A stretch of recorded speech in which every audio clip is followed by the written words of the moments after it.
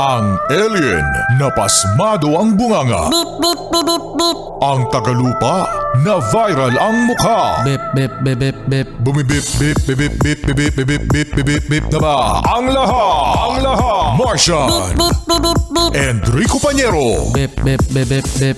Beep, beep, beep, Bip, beep, bip, bip, bip, bip. Bip, bip, bip, bip, bip. Tik sila ak! Tik sila ak! Beep, beep, beep, beep, beep. Ito na ang 101.1 Yes FM Balitang Oy, sinasabi nila mga yes friend na health is wealth. Martian, explain. Health is wealth. Oh, sige nga. Sige lang. Health is wealth. Ibig sabihin yan, ang kalusugan ay alagaan mo. Dahil ang kalusugan, ang tunay na kayamanan ay thank you.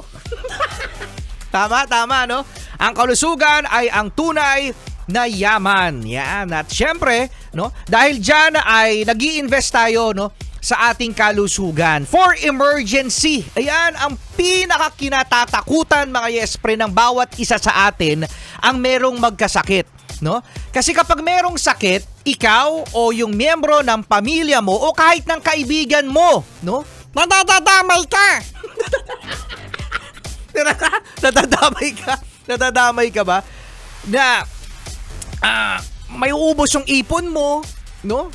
Kasi napakalaki mga yes friend ng bill sa ospital, sinasabi ko sa inyo. Marami mga kwento ang mga may kaya, ang mga middle class, no? Na sobrang naghirap dahil sa nagkaroon ng sakit ang miyembro ng kanilang pamilya o kahit mismo sila, no? So kahit meron ka palang PhilHealth, mga yes friend, no? Ay ikinalulungkot natin na hindi talaga tayo masuportahan. Ito, honest to yan sa PhilHealth po, pasintabi po, pero mapakaraming kuwento na mapapatunay na hindi nasuportahan ng PhilHealth sa oras ng pangangailangan. Katulad na lamang ng nag-viral sa social media na isang asawa, no, nang may sakit, no, at yumao na rin mga yes friend. Hindi nabigyan ng tulong ng PhilHealth sa kanilang 200,000 pesos na hospital bill. What? 200,000 pesos? 200,000 pesos, no?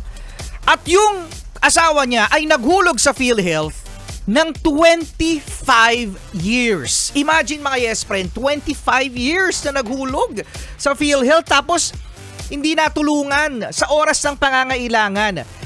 Ang problema daw mga yes friend na sinasabi, no, ng ospital ay hindi raw na-admit ang pasyente ng 24 hours. So merong ganun palang rule na kapag hindi na-admit ang pasyente ng 24 hours, ibig sabihin nun ay hindi ka na matutulungan. Oh, yun talaga, sorry for the term na hindi ka na matutulungan kasi wala talaga eh.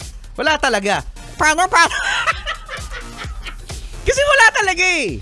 Wala talaga mga yes friend. So ngayon, no, in fairness naman dito sa PhilHealth ay nag-reach out na sila doon sa asawa, no?